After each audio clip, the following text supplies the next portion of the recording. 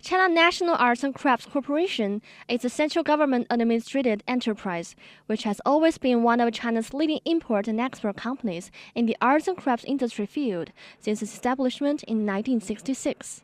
Its main products include drawn threadworks, jewelry, pottery, and china. With an annual trading volume of around $4 billion, the corporation has run for over 40 years through various channels, including participating in fairs like the most recent Canton Fair. In its office building in Beijing, there's a grand gallery on the second floor where quite a few classic pottery and china artworks are displayed and open to visitors and purchasers. These exhibits are all made by masters in the field, and some of them are very expensive. Chen Liehan, deputy head of China National Arts and Crafts Corporation, and also a Chinese ceramic artist himself, talk about the current situation of arts and crafts exchange prior to the 6th Beijing International Cultural and Creative Industry Expo that was recently held in Beijing. Chen Liehan said the international market has a big appetite for China's ceramics, while there are also many problems in this industry to be solved in the near future. 是世界上陶瓷最大的出口国。 We can say that China is the biggest pottery and china exporting country in the world.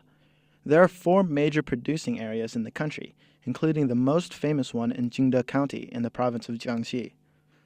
The quantity of the china we have exported so far is really good. However, to be honest, comparing them to the large volume of exports, the quality of our pottery in China is not as good.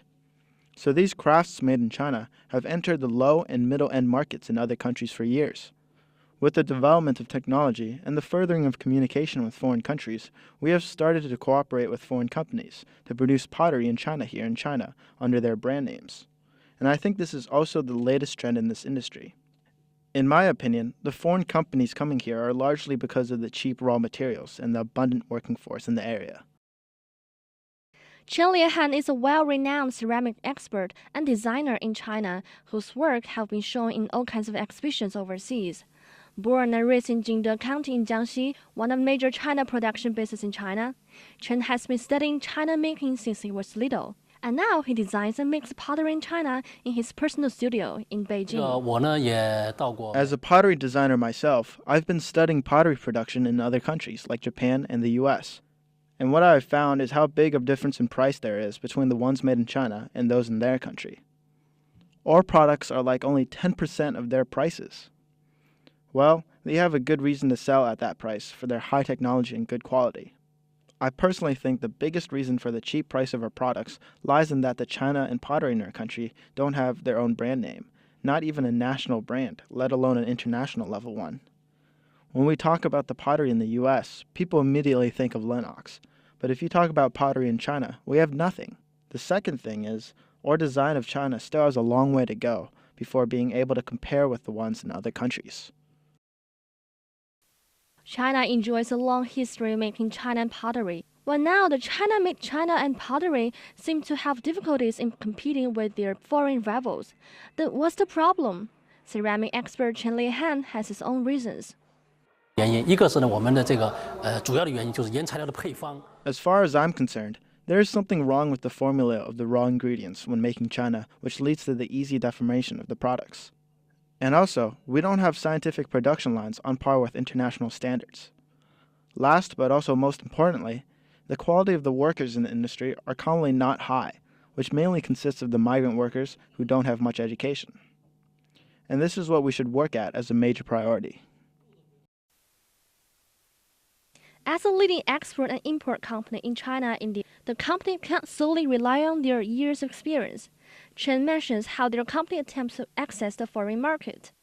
The corporation has spent a long time studying the demands and latest trends in the other countries. We send dedicated personnel abroad to study shopping malls, factories, and also their exhibitions. Through the research, we can find out what the latest trends are and what the related sales orders are like. We've combined their edgy fashion into our crafts with new design ideas and processing, and sometimes we provide the customized designs. If you look back at the designs we had 20 years ago, you'd be surprised how much they have changed. But are the changes being made so far enough for China's crafts to reach the high-end market in the rest of the world? Besides all the obvious advantages we have here, like cheap cost, according to Chen, China still needs to introduce more advanced technology to bring the national China production to another level and build up our own brand name with very good quality.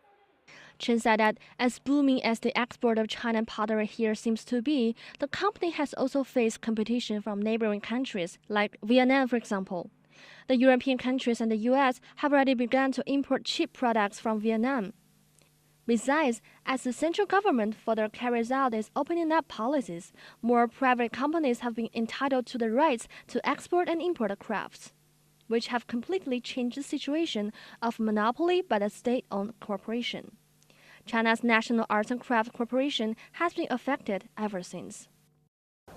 我觉得从近30年的发展的情况、发展的历史来看，是有很大的。These years have seen more and more private companies going into this business, and we have been stricken hard because of the low cost of smaller companies.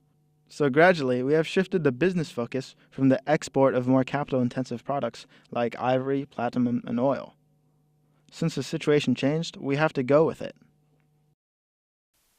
China's export of cultural products are deficient compared with traditional products, resulting in the international community's lack of understanding of the country's current situation. Actually, for the last 3 decades, China's conversation with the world has mostly been carried out in economic terms. Almost all foreigners live in homes filled with Chinese-made products, yet the vast majority know very little about the culture of the country. The export of arts and crafts with Chinese characteristics could be a good medium for the world to better understand China's culture. Some have said that China's international influence has not been commensurate with its economic might because it has been shy about exporting its cultural values. As the central government's policy becomes more beneficial for the cultural export companies, it should be the time now to step out of the cultural comfort zone to try to deliver more cultural products that they have always been proud of.